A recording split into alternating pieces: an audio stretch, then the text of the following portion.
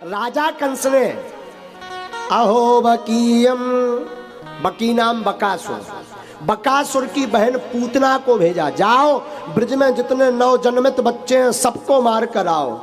कंसेन प्रहिता घोरा पूतना बाल घातिनी, शिशोचार निक्रंती पुरग्राम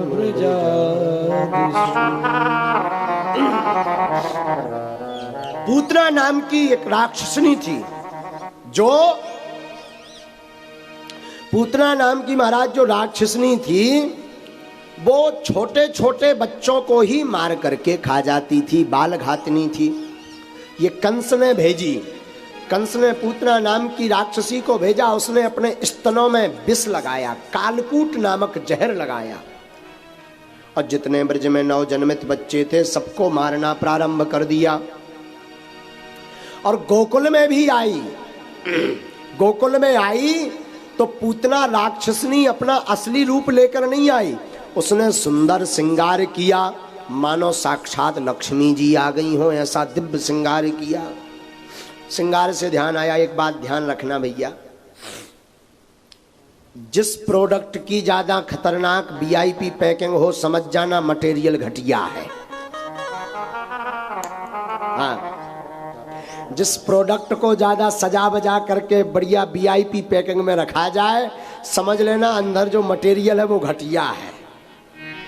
जो वास्तविक मटेरियल असली मटेरियल होता है वो ज्यादा डेंटिंग पेंटिंग के चक्कर में नहीं पड़ता, वो तो जैसा होता है वैसे ही बिक जाता है, असली को प्रचार की जरूरत नहीं है। चाहे जहां घटा लो, लोगों पे भी घटा सकते हो, जो आदमी ज्यादा सजत बजत हो समझ जाइयो गड़बड़। ऐसा भी नहीं, ऐसा भी नहीं है, कुछ लोग होते हैं, सब नहीं, कुछ ऐसे लोग होते हैं। पैकिंग के चक्कर में थोड़ा सावधानी रखना चाहिए, हमारा मतलब सीधा सा है। क्या होता है, कई बार असली प्रोडक्ट की जगह नकली प्रोडक्ट इतना अच्छा बनाया जाता है कि असली भी फेल हो जाता है पैकिंग के मामले में। इसलिए प्रत्येक प्रोडक्ट के ऊपर लिखा जाता नक्कालों से सावधान। हाँ, नक्कालों से सावधान रहे। तो कई बार नकली पैकिंग इतनी खतरनाक की जाती कि असली फीका पड़ जाता। भगवान जब तक ठाकुर जी रहे कृष्ण भगवान, तो भगवान कृष्ण के समय में एक नकली हुआ पौंड्रक, पौंड्रक नाम का राजा हुआ, सो वो भगवान से खतरनाक हुआ वेशभूषा में, भगवान को पीछे छोड़ दिया। जो नकली होते हैं वो ज्यादा बकबक करते हैं, जो असली होते हैं वो बोलते नहीं, वो तो चुप रहते हैं। सूर्य को बताना नहीं पड़ता कि हम सूर्य हैं, उसकी तपन उसका प्रकाश अपने आप बता देता कि ये सूर्य है। अब पूतना मौसी महाराज बढ़िया सुंदर श्रृंगार करके आई भगवान के घर में, नंद भवन में आई, तो यशोदा मैया ने ठाकुर जी को पलना में पोड़ाया और काम में बिद गई। इतने में पूतना मौसी, अरे बहन राम राम। हाँ बहन राम राम राम राम। कहाँ से आई तू? बहन मोको ना है पहचानो, मैं बगल के गांव में रहूं, तेरे रिश्तेदार लागू दूर की। अच्छा। यशोदा मैया बोली, बहन तू शादी में तो दिखी ना है, और तब से आज तक ना है दिखी। बोली दरअसल मैं शादी में आ नहीं पाई और बीच में बड़ी बिद गई रही, पर अभी मोए अबे हाल पतो लगो कि तेरे घर पे 80 साल की उम्र में छोरा भयो है, तो मैंने सोचो मैं हूं बधाई दे आऊं। अच्छा, जय हो बहन, बढ़िया आ गई, बढ़िया आ गई, आजा बैठ। मैं बैठूंगी बाद में, पहले जी बता छोरा कहाँ है, लाला को मुखड़ा तो दिखाई देने। यशोदा मैया बोली, अरे बहन दरअसल लाला पलने में अभी अभी हमने पोड़ायो है, सुबायो है, बाको डिस्टर्ब बनाए कर, बाद में कभू मुखड़ो देख लिये। तू चिंता ना कर मैया, तू अपनो काम कर, मैं लाला को दूर ते देख लूंगी, तू चिंता ना कर। और महाराज यशोदा मैया काम में बिद गई, पूतना मौसी भगवान के पास गई। तो पहले तो भगवान हमारे ठाकुर जी जग रहे थे, पर पूतना मौसी को आते देखा सो भगवान ने अपनी दोनों आंखें बंद कर ली। किसी ने पूछा भगवान ने आंखें क्यों बंद कर ली? एक जने बोले भगवान ने इसलिए आंखें बंद कर ली क्योंकि भगवान ने सोचा कि ये है पूतना मौसी, और जो रूप धारण करके आई वो आई माया का। और भगवान बोले हमारा नाम है मायापति, और अगर हमारा दोनों का सामना होगा तो इसकी माया खत्म हो जाएगी और ये राक्षसनी नजर आएगी, हमारी मैया डर जाएगी, इसलिए भगवान ने आंखें बंद कर ली। एक जने बोले नहीं नहीं नहीं, दूसरा कारण है। बोले क्या कारण है? बोले भगवान ने इसलिए आंखें बंद कर ली कि भगवान ने सोचा हम तो आए थे माखन मिश्री खाने, और प्रारंभ में ही पूतना मौसी विष पिला रही, जहर। तो भगवान ने सोचा जहर पीने का अनुभव तो भोले बाबा को है, इसलिए भोले बाबा को बुला लिया जाए, इसलिए भगवान ने आंखें बंद कर ली। अब पूतना मौसी पहुंची। महाराज पता है ये पूतना कौन है? महाराज ये पूतना कोई और नहीं, पूर्व जन्म में राजा बलि की बहन थी, इसका नाम था रत्नमाला। ये पूतना जो है पूर्व जन्म में राजा बलि की बहन थी, इसका नाम था रत्नमाला। जब भगवान वामन का रूप धारण करके राजा बलि को छलने आए थे, तब वामन भगवान का रूप देख करके ये जो है भगवान के रूप पर मोहित हो गई थी। इसने मन ही मन विचार किया था कि अगर हमारा ऐसा पूत होता, हमारा ऐसा पुत्र होता, तो हम उसे स्तनपान करवाते, खूब दूध पिलाते। लेकिन जब बाद में वामन भगवान ने रत्नमाला के भाई का सब कुछ छुड़ा लिया, वरदान मांगकर, संकल्प लेकर के 3 पग में पूरी पृथ्वी को नाप लिया, आकाश पाताल अतल वितल सुतल तरातल रसातल महातल पाताल भूलोक भौलोक स्वर्गलोक महलोक जनलोक तपलोक सत्यलोक, संपूर्ण राज्य को जब नाप लिया तो इसको फिर बड़ा क्रोध आया। बोली ऐसा पूत होता तो हम मार भी देते जो हमारे भाई का सर्वस्व हरण करता। भगवान ने कहा तुम्हारे दोनों वरदान सिद्ध हो जाएंगे, दोनों कामनाएं। बोले कब? बोले जब हम कृष्ण अवतार लेकर के आएंगे तो तुम हमारे स्तनपान करवाओगी, तो तुम हमारी माँ बन जाओगी, तो तुम्हारा स्तनपान करवाने का संकल्प पूर्ण हो जाएगा, और बाद में मारने का विचार करोगे सो हम तुम्हारा ही उद्धार कर देंगे, सो तुम्हारा दूसरा वरदान पूर्ण हो जाएगा। ये वही पूतना मौसी बलि की बहन आज पूतना बाल घातनी पूतना आई। भगवान ठाकुर जी को इसने गोद में लिया, और गोद में लिया और ठाकुर जी को महाराज जी स्तनपान कराने लगी। भगवान ने स्तनपान करते करते पूतना मौसी के प्राण खींचना प्रारंभ कर दिए। पूतना मौसी चिल्लाने लगी, छटपटाने लगी, असहनीय पीड़ा इसके हृदय में होने लगी। पूतना मौसी चिल्लाने लगी, ना पूत छोड़ दे छोड़ दे। भगवान बोले मौसी अब कैसे करती, अब हम छोड़ने वाले नहीं है। भगवान बोले मौसी हमारी आदत है, एक तो हम किसी को पकड़ते नहीं, और पकड़ते तो फिर जन्म जन्म तक छोड़ते नहीं है। आहा, मानो भगवान कहना चाहे तो एक तो जैसे भगवान कहते हम पकड़ते नहीं, जैसे पकड़ ले सो छोड़ते नहीं, जन्म जन्म तक भगवान अपने पास लगाए रहते हैं। पूतना मौसी भगवान को लेकर के भागी।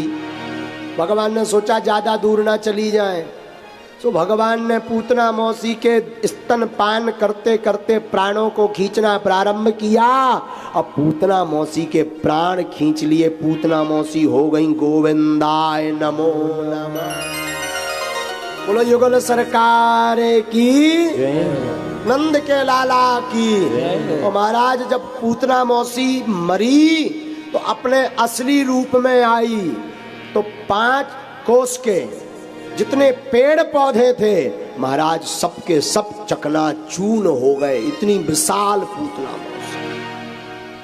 पूतना मौसी मरी जैसी सो भगवान उन्हीं के ऊपर खेलन लगे, हाथ पांव फटकारन लगे। छोटे से भगवान, अब ज्यादा दिन के नहीं भाई, 108 दिन के भाई। भगवान हाथ पांव फटकारन लगे, और हाथ पांव फटकारत भाई बोले मरी हुई पूतना से, बोले काओ मौसी कैसी रही? अब मौसी का बोले, मौसी तो चली गई। हाँ मौसी मर गई, अब मौसी का बोले। लेकिन भगवान हाथ पांव फटकार के पूछ रहे काओ मौसी कैसी रही? भगवान कुछ नहीं, पूतना मौसी कुछ नहीं बोली। इधर यशोदा मैया ने घर में देखा भगवान है ही नहीं, गायब हो गए, लाला है नहीं। मैया रोने लगी तो ब्रजवासी छोटे छोटे बालक आए, मैया हमने लाला को देखा। कहाँ? वहां मथुरा की गली में। अच्छा सब भागते हुए गए। तो कन्हैया ने मैया को आते देखा तो पूतना मौसी के ऊपर ही पहले भगवान खेल रहे थे। मैया को आते देख भगवान रोने लगे। मैया ने गोद में भर लिया, बलैया लेने लगी। मैया गौ माता की पूंछ से झाड़ा लगाने लगी, नारायण कवच पढ़ने लगी। भगवान मन ही मन बोलने लगे, धन्य है हमारे नाम से हमको ही झाड़ा लगाया जा रहा है। भगवान भी नारायण है ना। कौन है भगवान? नारायण। और मैया नारायण कवच करके ही भगवान को झाड़ा लगा रही। भगवान बोले, धन्य है हमारे ही नाम से हमें झाड़ा लगाया जा रहा है। और पूतना मौसी का भगवान ने उद्धार किया। अब मैया सोचने लगी, ये पूतना मौसी मरी कैसे? ध्यान से सुनना, इतनी बड़ी राक्षसनी कैसे मर गई? आपस में सब चर्चा करें, ऐसे मरे होगी, ऐसे मरी होगी। छोटे छोटे गोप ग्वाल आए, बोले मैया हम बतावे कैसे मरी। बोले बताओ। बोले ये अपने कन्हैया को लेकर जा रही होगी, पाँव में उपट्टा लग गया होगा, वो चट्टा खा करके गिर के मर गई राण पूतना, ऐसे मरी होगी। हाँ। मैया बोली, अरे दारी के हरो, कान पकड़ गए। ब्रजवासियन को डांटने लगे, कहाँ इतनी भारी राक्षसनी, वो चट्टाते थोड़ी मरेगी। हाँ भगो यहाँ से। इतने में नंद बाबा आ गए। नंद बाबा को बसदेव जी ने वहीं बता दिया था, बाबा तुम ब्रज जाओ, तुम्हारे छोरा के ऊपर कोई संकट आने वाला है। संकट का नाम सुनकर के नंद बाबा हनुमान जी का मंत्र पढ़ने लगे। नंद बाबा आए तो ब्रजवासियों ने बताया, बाबा एक भारी बड़ी राक्षसनी अपने लाला को लेकर के जा रही थी, पर वो मर गई, पर पता नहीं मरी कैसे। नंद बाबा बोले, हम बतावे कैसे मरी। बोले बताओ। बोले भैया एक बात पक्की हो गई, वसुदेव नंबर 1 को ज्योतिषी है, बाने वही मथुरा में बता दो तो कि जल्दी घर जाओ, वहां संकट आने वाला है। बोले हमने संकट का नाम सुना तो हमने हनुमान जी का नाम लेना प्रारंभ कर दिया। हनुमान जी ने देख लो हुआ कि ये हमारे लाला को लेके जा रही, सो हनुमान जी ने एक मुक्का बना के मसकता राण पूतना, हाँ सो मर गई राण।